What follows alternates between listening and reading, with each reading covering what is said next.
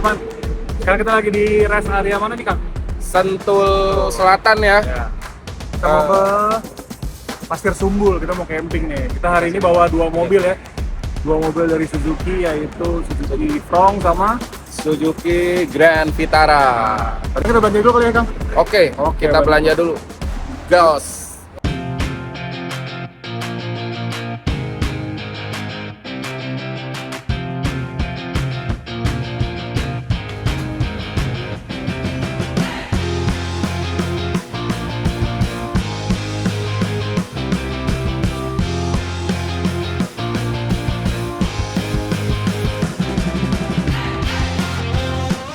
Dari rest area Sentul Selatan, kami langsung masuk ke tol Jagorawi untuk menuju tempat camping di Lembar Pasir Sumbul Pintu 4 yang berlokasi di Jalan Raya Puncak Cipanas Bogor. Sebenarnya, jarak dari Sentul ke tempat camping hanya sekitar 40 km. Tapi karena kondisi lalu lintas di puncak biasanya macet, jadi waktu tempuhnya bisa tembus hingga 90 menit. Karena itu, kami memutuskan untuk makan siang dulu di salah satu restoran yang lumayan famous di sini. Oke, sekarang kita mampir dulu di Kopi Klotok Puncak nih, teman-teman. Kita mau makan siang dulu, jadi ikutin terus videonya, oke?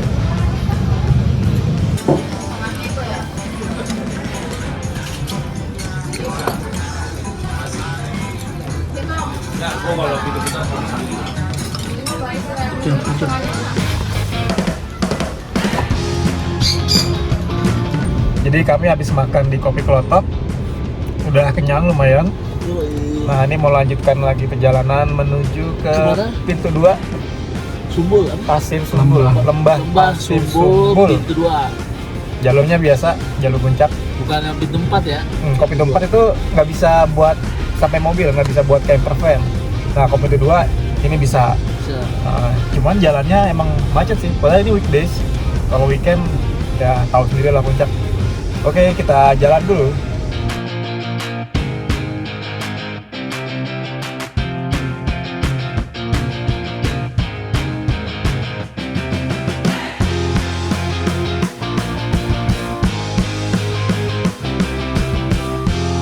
Hari sudah sore ketika kami tiba di lokasi camping. Dedaunan hijau dan pucuk-pucuk pohon pinus menyambut kami. Kami pun langsung bergegas mendirikan tenda. Ini menjadi momen paling menyenangkan, karena setiap anggota tim saling membantu. Semua punya peran, semua punya tanggung jawab. Kebersamaan terasa begitu mengikat, menghangatkan suhu di lokasi yang mulai terasa dingin.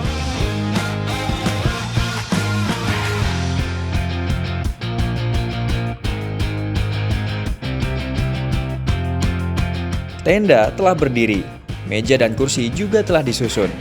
Kini, saatnya menikmati secangkir kopi hitam panas. Rasanya nggak lengkap kalau camping tanpa kopi kan?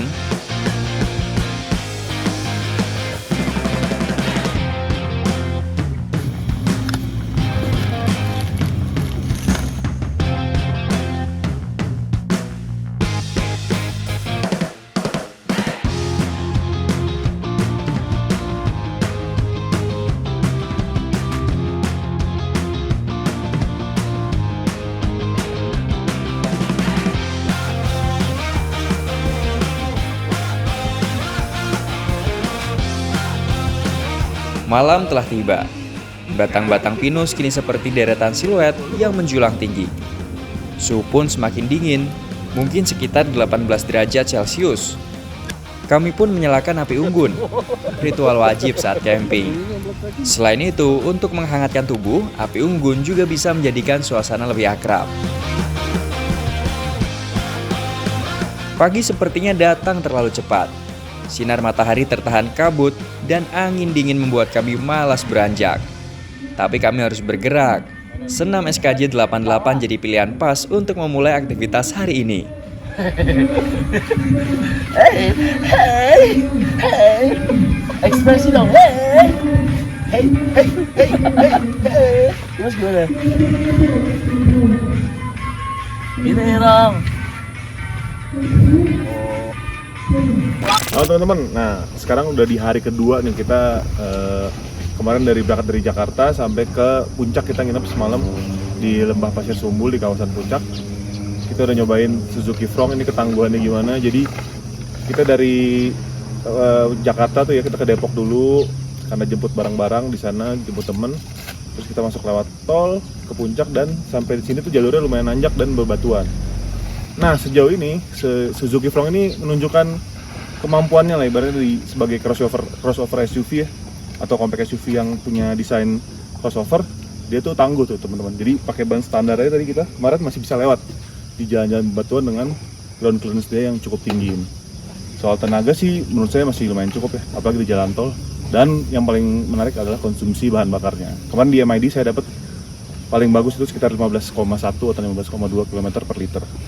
Teman-teman, sekarang kita intip nih ruang mesin dari Suzuki Frong yang varian SGX atau yang tertinggi. Nah, dia tuh mesinnya pakainya yang K15C ya teman-teman. Jadi mesinnya 1200 cc, terus dilengkapi dengan teknologi mild hybrid dari Suzuki. Nah, ini yang bikin bahan bakarnya jadi lebih irit atau lebih optimal lah, efisiensi bahan bakarnya. Jadi dia ada integrated motornya sendiri ya teman-teman, untuk membantu kinerja mesin. Jadi di dalam tuh kalau kita nyetir, dia ada fitur si auto start stop itu. Jadi dia otomatis aktif. Jadi setiap mobil berhenti, kita ngerem nih, dia mesin langsung mati.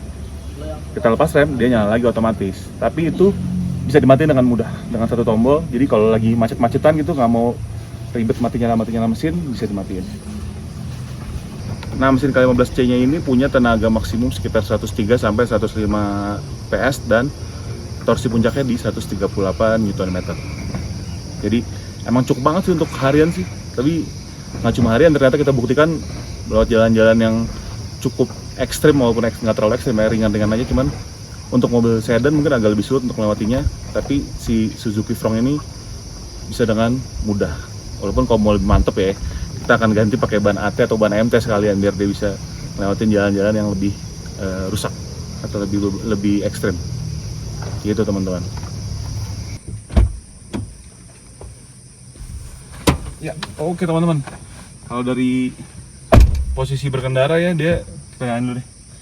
Kalau dari posisi berkendara, dia cukup nyaman buat saya yang punya tinggi 181 cm, dan di ruang belakang juga kemarin teman masih bisa duduk lah yang dengan tinggi 150 cm, 165 cm masih duduknya masih nyaman. Terus di dalam ini dia setirnya modelnya bulat biasa ya, walaupun bawahnya agak flat bottom. Terus yang saya suka di sini ada head-up display nih teman-teman untuk yang SGX nih. Jadi kita pandangan nggak usah ngeliat ke panel instrumen lagi. Layarnya juga udah mantep nih, udah punya kamera 360 derajat, terus bisa Apple CarPlay sama Android Auto secara wireless. Terus ini juga bisa maju mundur nih armrestnya, jadi bisa disesuaikan sama kebutuhan pengemudi. Gitu. Ini ada pedal shift juga kalau kita mau pakai mode manual. Pengaturan AC dia udah digital.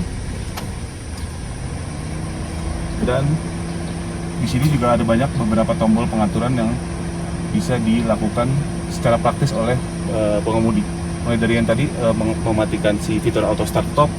Terus ada pengaturan HUD juga nih teman-teman. Jadi kalau kita posisi duduknya berubah, dia bisa kita atur ketinggiannya, kanan kiri itu bisa kita atur. Jadi bisa menyesuaikan banget sama pengendara dengan tinggi badan berapapun gitu, dengan preferensi duduk yang bagaimanapun juga bisa disesuaikan. Itu sih teman-teman. Dan dia masih banyak tombol fisik sih, saya suka juga. Pengaturan spion masih tombol fisik ya, nggak kayak kebanyakan mobil baru sekarang yang udah dari layar. Jadi lebih praktis. Mulai dari pengaturan pelipatan sampai pengaturan arah kaca pengemudi. Nah, teman-teman, kita cek bagasinya. Dia pembukaan bagasinya masih manual juga ya. Oke, nah dia tuh modelnya emang nggak terlalu besar ya secara ukuran. Cuman dia ke dalam nih teman-teman. Jadi naruh koper yang gede pun mungkin 2 masih muat di sini teman-teman. Karena dia masuk ke dalam segini nih. Tuh masih segini lagi nih. Jadi nggak rata lantai. Nah itu yang bikin bagasinya jadi terasa lebih lega. Kalau kurang ya teman-teman tinggal lipat bangku baris keduanya aja ya. Sama dia ada penutup ini, jadi privasi dari kaca belakang nggak bisa diintip isi dalam bagasinya apa. Yang pasti lebih aman karena lebih privacy. Oke. Itu tadi review kami kali ini soal Suzuki Frong. Nah emang kita kali ini konsepnya agak beda dikit ya teman-teman. Kalau biasanya kita di satu tempat ya syutingnya di halaman parkirnya kantor IDN Times, sekarang kita coba lagi jalan-jalan nih, sambil jalan-jalan sambil camping untuk mengetahui performa dari mobil yang kita review. Kalau teman-teman suka, komen di bawah ya. Sampai jumpa.